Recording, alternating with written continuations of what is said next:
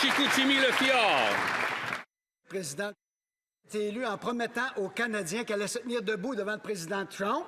Puis en plus de ça, il a dit qu'il était l'homme de la situation dans un contexte de guerre commerciale. Pourtant, l'aluminium, un secteur important au Saguenay, a été frappé de tarifs injustifiés de 50 %. Mais on connaît les libéraux. Ils disent une chose, puis ils ne sont pas capables de livrer la marchandise. Monsieur le Président, est-ce que toute la campagne électorale du premier ministre était un spectacle politique? Excellent. Merci. Bravo. Le très honorable premier ministre. Monsieur le Président, les tarifs américains sont illégaux et injustifiés. Ils sont logiques, ça c'est clair, c'est absolument clair. Nous sommes dans des négociations intensives, en temps réel avec les Américains. Et en même temps, nous préparons nos représailles pour les contre-tarifs, pour les tarifs en ce qui concerne l'aluminium. Merci. L'honorable député de Belleuil-Chambly. Monsieur le Président, la cigale ayant chanté tout l'été se trouva fort dépourvue quand la bise fut venue. Depuis l'élection, le gouvernement, c'est le devoir qu'il dit, rêve d'un projet de loi sur les grands projets d'intérêt national. Et pendant ce temps-là, ce dont on ne parlait plus depuis l'élection, le président Trump double les tarifs sur l'aluminium et sur l'acier, menaçant des dizaines de milliers d'emplois. Que va faire le gouvernement? Bravo. Le très honorable premier ministre. Monsieur le Président, il faut faire plusieurs choses en même temps. Premièrement, il faut bâtir notre économie. Il faut bâtir notre économie avec le projet de loi d'une économie canadienne au lieu de 13. Il faut bâtir notre économie avec des projets à l'intérêt national. Oui, et il faut négocier avec les Américains. Les négociations sont à une période très délicate à ce moment-ci, mais on va gagner juste comme les Oilers d'Edmonton. L'honorable député de Belleuil-Chambly. Hier, à des questions comparables, ces ministres ont répondu en racontant ce qu'était leur agenda et qui ils rencontraient. Or, le gouvernement a été élu parce qu'il y avait une crise. Rappelez-vous, pas de crise, pas de moi-même, disait le premier ministre. Il ne s'agit pas d'essayer de négocier avec les Américains, même s'il faut le faire. Il s'agit d'aider immédiatement et concrètement les entreprises du secteur de l'acier et de l'aluminium. Vous faites quoi? Bravo! Bravo! Le très honorable premier ministre, je rappelle aux députés là, de transmettre à travers le président. Le très honorable premier ministre. Merci, Monsieur le Président. Oui, comme je viens de dire, il faut faire plusieurs choses en même temps.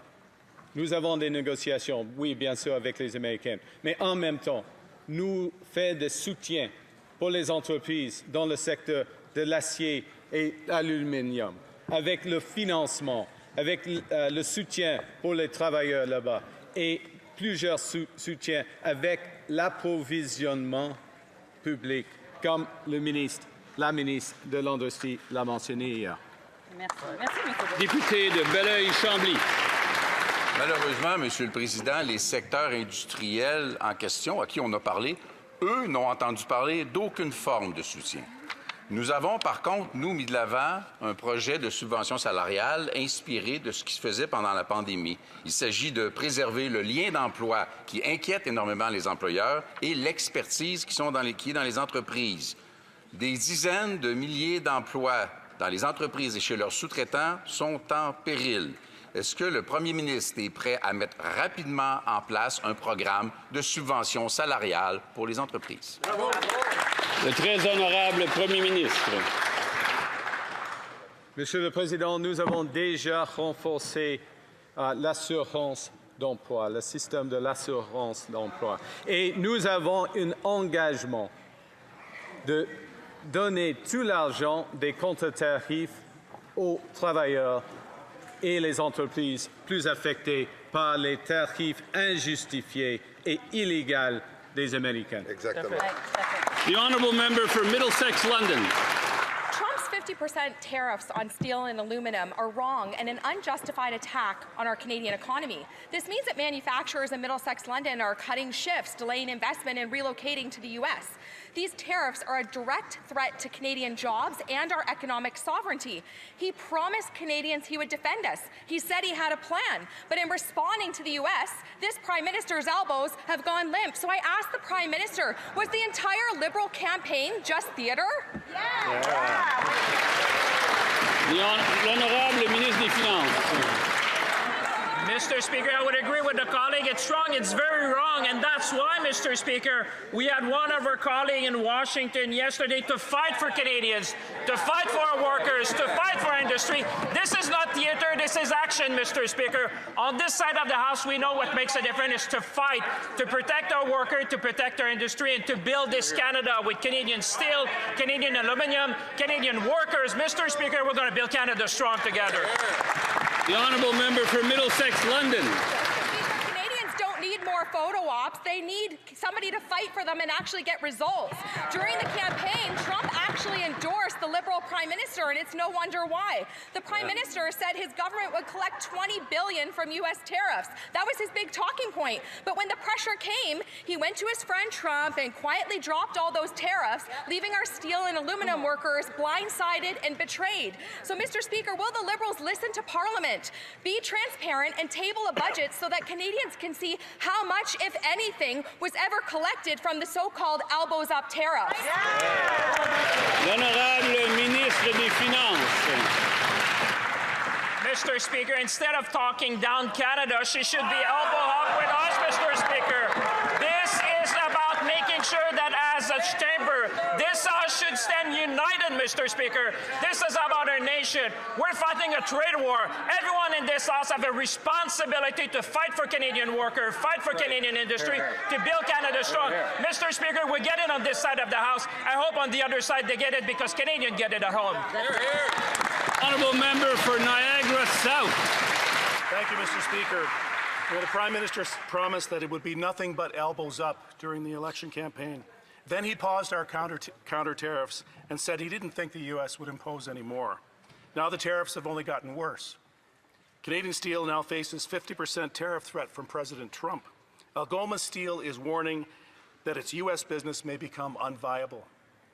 Thousands of jobs, including many in my riding of Hamilton and Niagara area, are at risk. If the Prime Minister has gone soft, what was the entire Liberal campaign based on? Just theatre? L'honorable ministre de l'Industrie.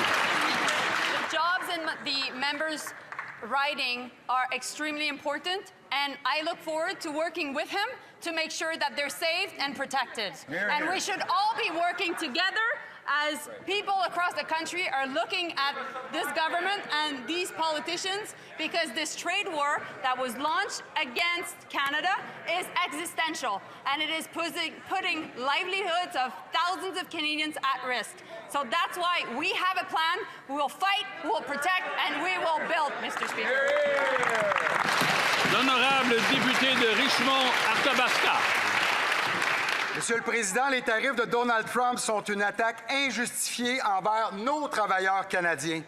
Le premier ministre avait dit en campagne électorale qu'il allait recueillir 20 milliards de dollars en contre-tarifs des États-Unis, mais il a abandonné ces tarifs en cachette. Ce matin, le réveil est brutal. Les travailleurs de l'aluminium et de l'acier et leurs familles sont extrêmement inquiets. Monsieur le Président, le premier ministre peut-il regarder les travailleurs et leurs familles et leur dire combien le montant a-t-il recueilli et de quelle façon pourront-ils recevoir cet argent? L'honorable ministre des Finances. Ça fait grand plaisir de regarder les gens au Saguenay-Lac-Saint-Jean, Monsieur le Président, parce que j'y ai été souvent, parce que les gens du Saguenay-Lac-Saint-Jean, ils savent qu'on sera toujours là pour les travailleurs de l'aluminium. Monsieur le Président, comme le premier ministre a dit, tous les tarifs qui ont été récoltés, les contre-mesures, seront réinvestis pour appuyer nos travailleurs et l'industrie. 1,7 milliard de ces contre-mesures-là ont été reçus, Monsieur le Président, seront réinvestis pour aider nos travailleurs et nos travailleuses. Les gens du Saguenay-Lac-Saint-Jean savent qu'on sera là pour eux. On l'a été dans le passé, on l'est aujourd'hui, on va être là demain, Monsieur le Président. The honourable member for